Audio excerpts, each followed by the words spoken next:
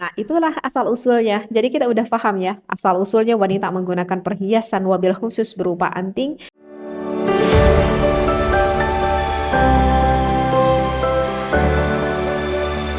Bismillahirrahmanirrahim. Assalamualaikum warahmatullahi wabarakatuh. Para jamaah fikih nikah rahimakumullah.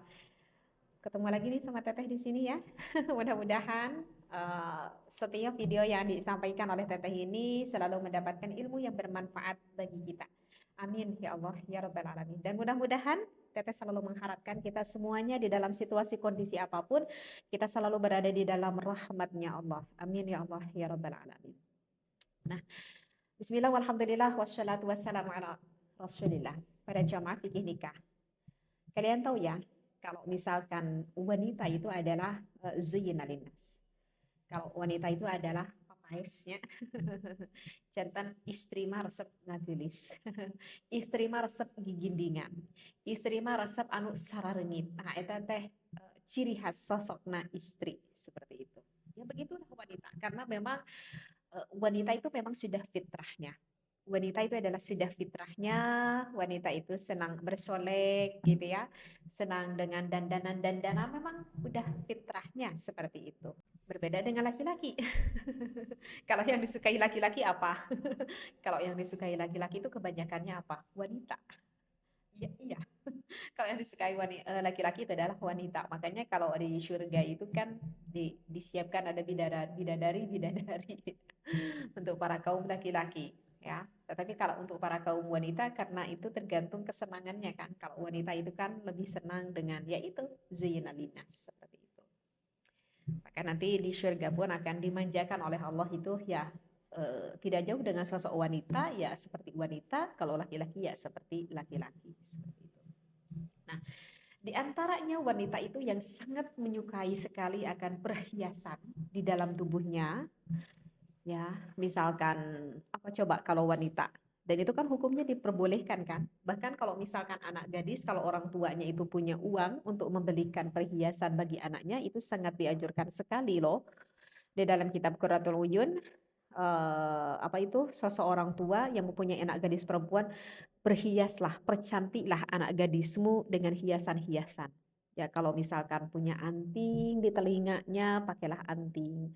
Kalau misalkan kita punya uang untuk membeli gelangnya, belikanlah gelangnya. Atau lanang jagat, lanang godek, kopi kesehatan yang membantu untuk mengatasi permasalahan para laki-laki yang cepat keluar, susah bangun, kurang stamina atau kurang gairah, ataupun yang keluarnya encer. Dan juga bisa menjadikan solusi bagi siapapun wanita dan juga laki-laki seperti yang hipertensi, yang diabetes, kolesterol, asam urat, jantung, dan penyakit lainnya.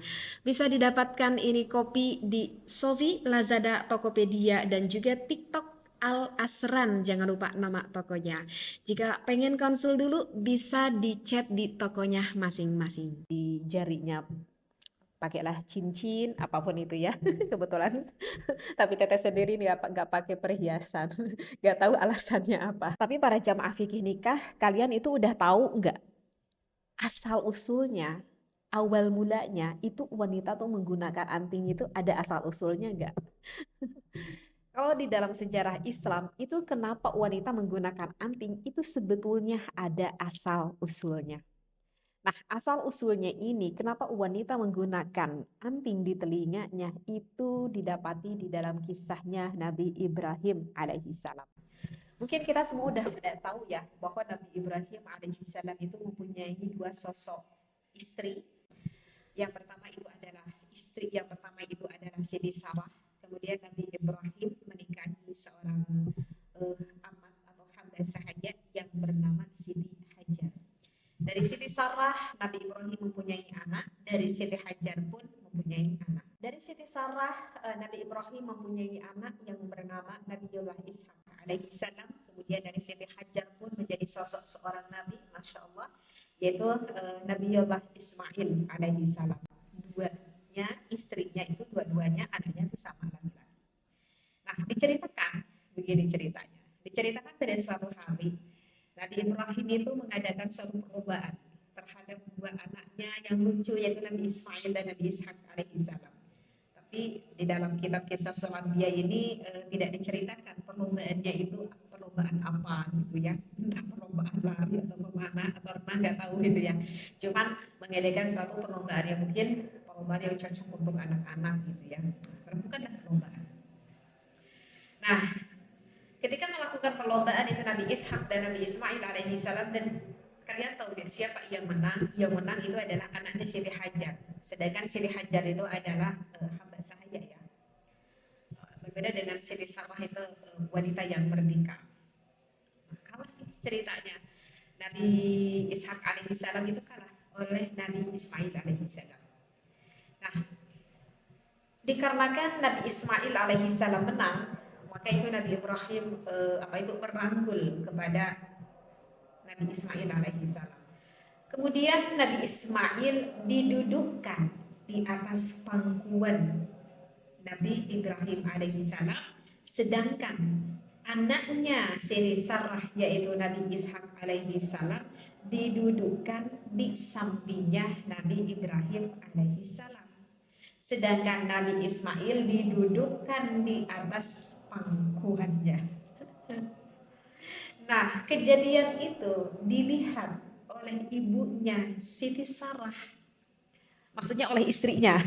Maksudnya oleh istrinya Nabi Ibrahim yaitu Siti Sarah. Nah, datanglah sifat kewanitaan.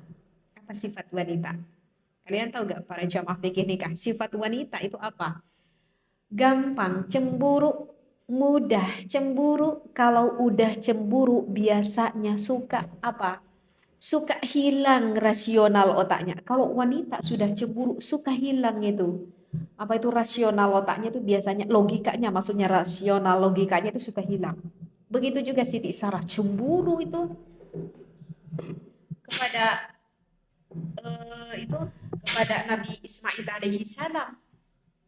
Ya, kok anakku didudukkan di samping, sedangkan Nabi Ismail hanya sebatas dari anak hamba sahaya, kok didudukkan di atas pangkuannya. Marahlah itu Siti Sarah kepada Nabi Ibrahim. Wahai Ibrahim, apa aku tidak salah lihat? Itu Ismail adalah anak seorang dari istri hamba sahaya. Dia ikut ungkit pada Siti Sarah. Tapi kok coba didudukkan di atas pangkuanmu, sedangkan itu adalah anakmu yang begitu mulia, karena aku adalah bukan seorang hamba sahaya, tapi kamu dudukkan di sampingmu. Nabi Ibrahim tersenyum karena udah tahu kalau wanita kalau udah cemburu ya seperti itu. Itu Siti Sarah marah ya. Oh, sampai berkata tuh kepada Nabi Ibrahim, padahal dulu kamu tidak berkata berjanji padaku tidak akan mengecewakanku. Tidak akan menyakitiku, kata Siti Sarah. Ya begitulah, kebayanglah ya kalau wanita cemburu itu seperti bagaimana. Padahal ya Nabi Ibrahim melakukan hal seperti itu hanyalah sebatas hadiah saja kepada Nabi Ismail alaihi salam, karena ketika sesudah melakukan perlombaan ternyata Nabi Ismail alaihi salam itu menang. Nah, makanya makanya didudukan di atas pangkuannya juga, itu semata-mata bukan dikarenakan pilih kasih, tidak ada bermaksud pilih kasih sama sekali. Itu hanya sebagai bentuk hadiah saja, dikarenakan sudah memenangkan. Ya kalau misalkan yang memenangkannya Nabi Ishak alaihi salam, ya mungkin yang akan dipangku dan yang akan didudukan pun itu adalah Nabi Ishak alaihi salam. Ya cuman kebetulannya pada saat itu yang menang itu adalah Nabi Ismail alaihi salam. Jadi cemburunya Siti Sarah bukan hanya sekedar marah-marah kepada Nabi Ibrahim alaihissalam. Sampai-sampai itu Siti Sarah berujung rasa cemburunya itu ia lampiaskan kepada kalau bahasanya maru kali ya, yaitu kepada istri yang keduanya, yaitu kepada Siti Hajar. Siti Sarah berkata kepada Nabi Ibrahim, kepada suaminya, aku mas, kalau orang Jawa mungkin bilangnya masih aku tuh, wahai Nabi Allah Ibrahim, aku akan meruksak bagian dari anggota tubuh Siti Hajar, akan aku ruksak gitu ya, dari bagiannya atau dari mukanya atau dari bagian anggota apa gitu yang akan aku ruksak. Saking marahnya sampai mau bermaksud melakukan hal seperti itu saking cemburunya. Bahkan dikisahkan ini Siti Sarah saking marah dan saking cemburunya, dikatakan di dalam ini kisah memang benar-benar bersumpah mau melakukan mencederai Siti Hajar atau melukai atau sedikit merusak anggota Siti Hajar seperti itu. Nabi Ibrahim berkata kepada Siti Sarah, mulai menenangkan istrinya, mulai menenangkan, tenang ya. Kata Nabi Ibrahim, tenang, tenang, tenang, seperti itu. Baik, baik, baik, kata Nabi Ibrahim. Kalau memang kamu sampai bersumpah mau melukai Siti Hajar, boleh. Kamu melukai Siti Hajar, aku izinkan. Kamu melukai Siti Hajar, tapi kamu jangan merusak anggota bagian yang lain, kata Nabi Ibrahim kepada Siti Sarah. Boleh kamu merusak atau melubangi di telinganya. Seperti itu. Jadi itulah yang disampaikan Nabi Ibrahim. Boleh wahai Sarah, kamu sampai melukai Siti Hajar, tapi apa? Cukup kamu melubangi saja di bagian telinganya Siti Hajar. Dan Siti Sarah pun melakukan hal itu kepada Siti Hajar, istri kedua. Nah, maka dilakukanlah oleh Siti Sarah kepada Siti Hajar, melubangi telinganya Siti Hajar. Kemudian pintarnya sebagai seorang Nabiullah Ibrahim alaihissalam, biar hati Siti Hajar tidak sakit, biar hati Siti Hajar merasa senang, maka Nabi Ibrahim alaihissalam memberikan hadiah kepada Siti Hajar merupakan perhiasan yang bisa dipakai di lubang telinganya itu, yang dikatakan dengan anting. Nah, sejak saat itulah Siti Hajar menggunakan perhiasan dari suaminya yang dikatakan pada zaman ini berupa anting sampai saat ini. Dan wanita memang sangat baik dan pantas sekali jika di telinganya itu menggunakan anting. Itu merupakan suatu pembeda antara laki-laki dan juga wanita. Karena tidak ada kan laki-laki yang menggunakan anting. Kalau yang menggunakan alit laki-laki masih ada ya. Tetapi ingat, alitnya tidak boleh dari emas, mungkin alitnya itu dari perak. Nah, itulah asal usulnya. Jadi kita udah paham ya, asal usulnya wanita menggunakan perhiasan wabil khusus berupa anting itu dari zamannya Nabi Ibrahim alaihissalam. Nah, kemudian dari kisah yang saya sampaikan ini, apakah ada hikmah yang bisa kita ambil? Tentu ada hikmah yang bisa kita ambil. Hikmahnya itu adalah bahwa kehidupan berumah tangga, berpoligami, bahkan dari sosok seorang Rasulullah, yaitu Nabi Ibrahim alaihissalam, ini seorang nabi sekalipun ya, tetapi ini memang namanya rumah tangga ya, ini cukup rentan. Sehingga di dalam rumah tangganya itu mendapatkan konflik. Dan mungkin konflik ini bisa juga ditemukan konflik yang cukup pelik. Nah, jadi untuk para suami sekarang yang mendengarkan saat ini, misalkan ada di dalam hatinya yang hendak mau berniat untuk berpoligami, sudahkah Anda berpikir sejauh ini? Itu sangat mungkin sekali di dalam kehidupan rumah tangganya nanti kita akan menemui konflik. Apakah konflik dari istri yang pertama dengan istri yang kedua, atau konflik dari anak yang pertama dengan anak yang kedua? Apakah mungkin? Itu sangat mungkin terjadi. Dan kita sadar sekali, bahkan kita ini adalah bukan sosok seorang nabi, kita hanyalah manusia biasa saja. Karena kita manusia biasa saja, tentu kita itu tidak akan bisa sebijak para nabi ataupun sebijaknya para rasul. Tentu solusi-solusi yang akan kita kedepankan nanti itu akan sangat jauh sekali ya dengan apa yang dikedepankan oleh para nabi dan juga para rasul. itu pasti akan berbeda sekali kualitasnya dengan kebijakan yang diambil oleh para nabi dan rasul dengan kebijakan yang nanti akan kita ambil. Tentu berbeda, ya tentu itu sangat berbeda sekali. Bukannya Teteh itu tidak menyetujui berpoligami ya, karena kalau Teteh tidak menyetujui berpoligami itu berdosa ya, karena berpoligami itu memang dihalalkan, diperbolehkan maksudnya di dalam ajaran agama Islam. Meskipun ya berpoligami itu bukan berarti dianjurkan pula seperti itu. Tapi tindakan itu kalau misalkan kita mau berpoligami, maka itu harus dilandasi awal apa? Niat. Yang pertama apa, ingat wahai para suami kalau mau berpoligami, niat. Niatnya karena apa?